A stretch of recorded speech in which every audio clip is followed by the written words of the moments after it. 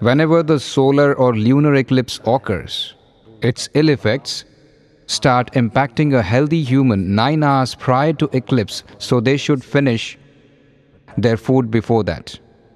For old, aging, sick persons and children, it is 4.5 hours before the eclipse and should not eat anything during this period. If one neglects this, taking every morsel of food amounts to eating as many number of insects as are the number of grains of that food.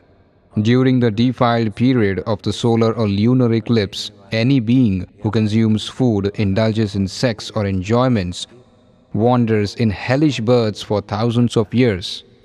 Whereas the one who exercises self-constraint during this period succeeds in accomplishing the voyage of liberating his soul by attaining the divine inspiration, knowledge, composure, and satiating his quest for the superbly supreme divine. So, the tenets of righteousness eventually help us in exercising self-restraint and elevation. What should not be done during the eclipse? One should not sleep during this time. If it's done, ailments will rise. If one has sex, heads towards birth of a hog. If one urinates during eclipse, destitution will increase. Fraud will give him birth of a snake. If one eats in excess, goes to toilet will cause worms in stomach.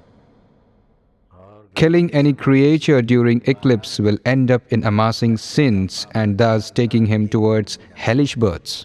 Having food or doing massage during eclipse.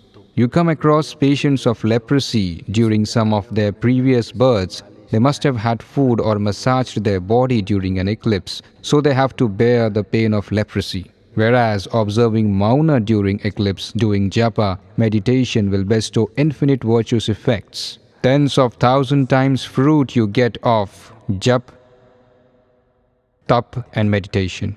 So one should do this in eclipse. In that if Om Namo Narayanaya. Japa of 80 rounds of rosary. Om Namo Narayanaya. In lunar eclipse, and Brahmi Grit is touched and consumed after eclipse, helps hone intellect and also acumen.